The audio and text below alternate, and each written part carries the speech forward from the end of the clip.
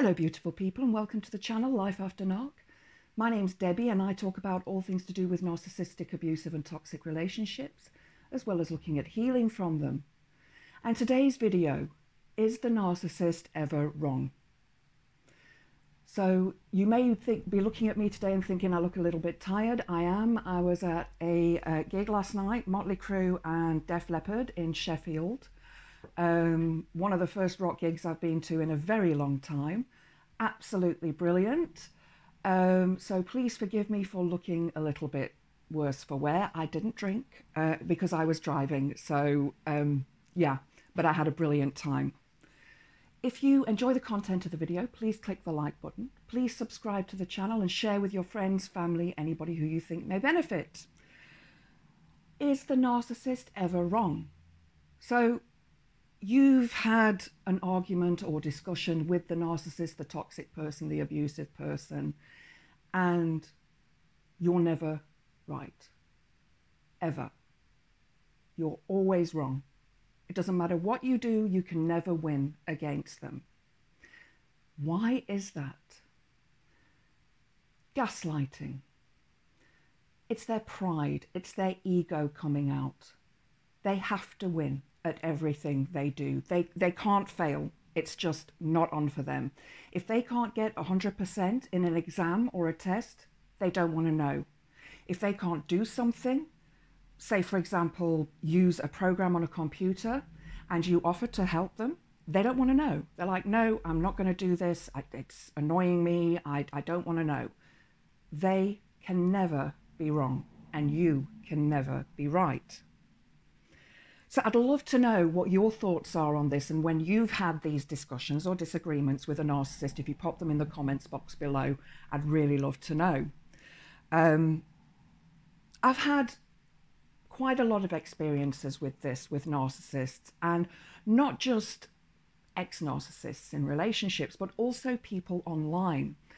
And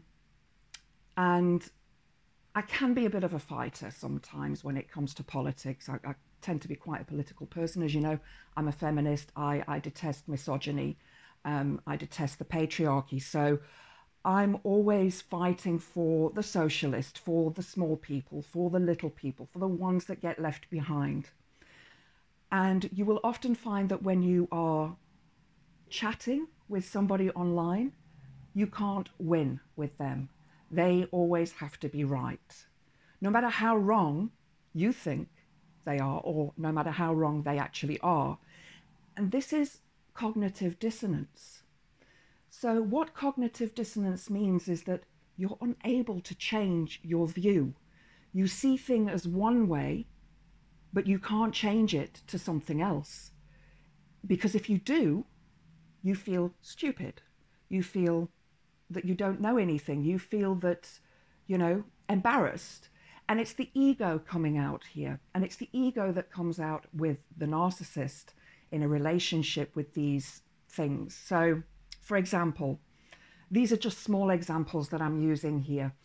You don't like garlic, for example, and you ask your narcissist not to put garlic in the food when they're cooking. My narcissist really enjoyed cooking towards the end of the relationship. So he liked using garlic. My stomach is quite sensitive and doesn't like garlic, but I would have to just put up with it. So you can never win. The narcissist is always right. If the narcissist, for example, buys a car and you're driving in the car and the brakes seem a bit dodgy, or they're driving the car and you're sat in the passenger seat and the brakes seem a bit dodgy, you say, oh, there's something wrong with the brakes here. They're not right. There's something wrong, especially when you've had, you know, 35 plus years experience of driving and they've only had a few. And they say, no, there's nothing wrong with the brakes. The guy that sold me the car said that the brakes sometimes do that. Well, no, they shouldn't and they don't. But again, you're wrong. The narcissist is right. So a big issue that I had with my narcissist was he wanted one of his family members to move in with us. And I said no, straight out no. I used my power, I stood in my power, and I said no.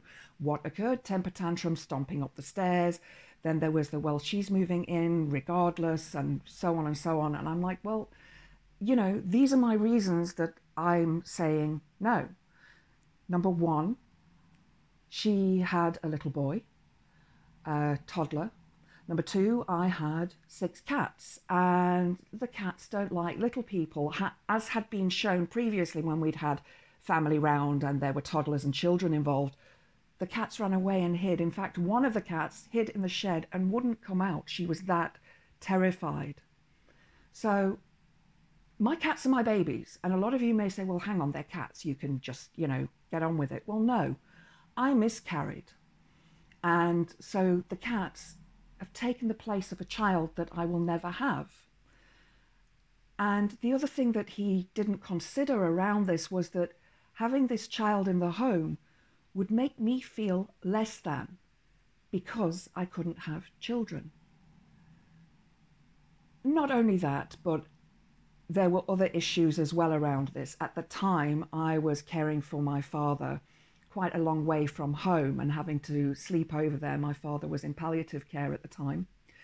So I was not here a lot of the time, which was quite frustrating. I was sleeping on a blow-up mattress on the lounge floor at my parents'. It was just more convenient to get up and down during the night to tend to my father when he needed it. And I was basically caring 24/7, as were the entire family. So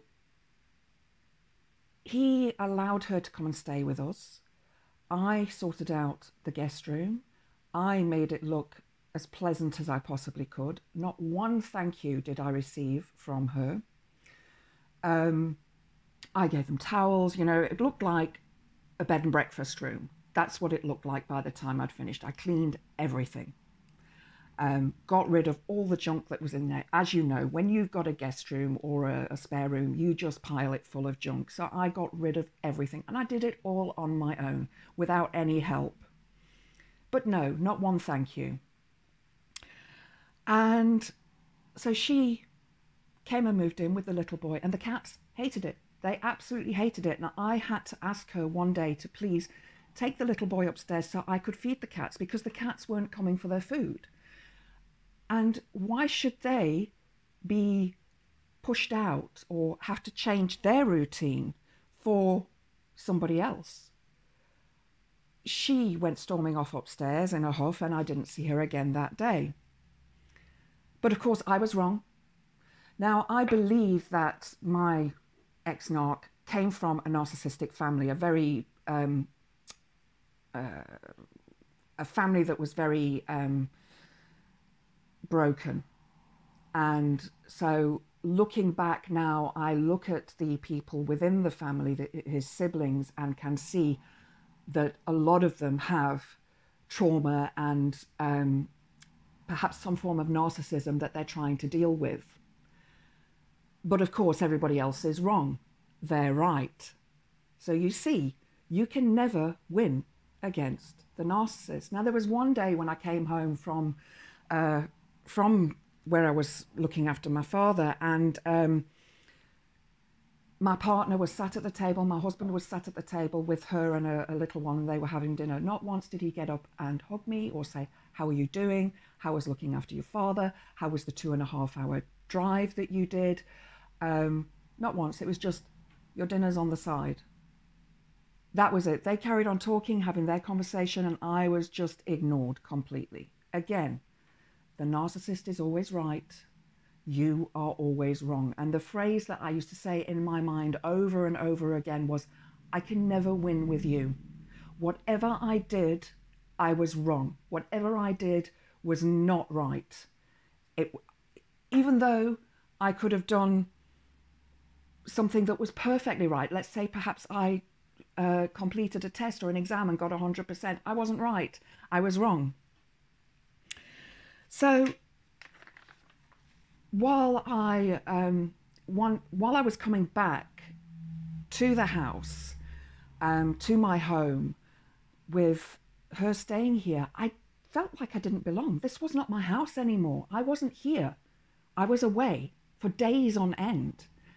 And I was told afterwards that I was lazy because I would sleep a lot because, well, I wasn't sleeping at my parents' because I was up and down through the night and listening for my father when he called for help and sitting with him through his pain, through his fear, through his agony that he was going through, talking to him, spending his last days with him. So this feeling of when I would drive off of the motorway, my stomach would just drop. I would have butterflies and think, I want to go home, but I don't belong at home. So I asked my partner to please, she's got to leave, which she did. Now, the other thing was, my narcissist had several siblings. All of them have children. All of them are equipped to manage with toddlers. I wasn't. I'd never looked after a child. I'd never spent a lot of time with a child. But I do remember one day dancing with the little boy. And I was never rude to her when she stayed here, but I was told I was rude. I was told that I threw her out on the street in the middle of winter. Well, no, because she was given the option originally of staying in a hotel room, a nice hotel, until the council found a house for her. But no, the narcissistic husband decided that she was going to come and stay here, even though I had said no countless times. Again, I could not win. I was never right. I was always wrong. Even when he said to me at the end of the relationship, he said, oh, well, you were horrible to his sister. I said, no, I wasn't. I was actually very polite. I didn't say anything wrong. I spoke to her and chatted to her like I would anybody else. She was a very shy person. She wasn't very forthcoming with conversation. You know, is that my fault? Apparently so. She was given a council house, and I believe a rather nice one. But I do believe that this situation that we had, that I encountered with my next, was one of the major factors as to why he left. Because I had an opinion, because I had a view, because, you know, I knew what the effect would be on my own mental health, especially while I was looking after my elderly, ill parent. And this is the narcissist. They will never be fair with you, ever. They don't know the meaning of the word fair. If there's one chocolate left, it has to be theirs. If there is one ice cream left, it has to be theirs. Again, you can never win with them, ever. A lot of it is around gaslighting as well.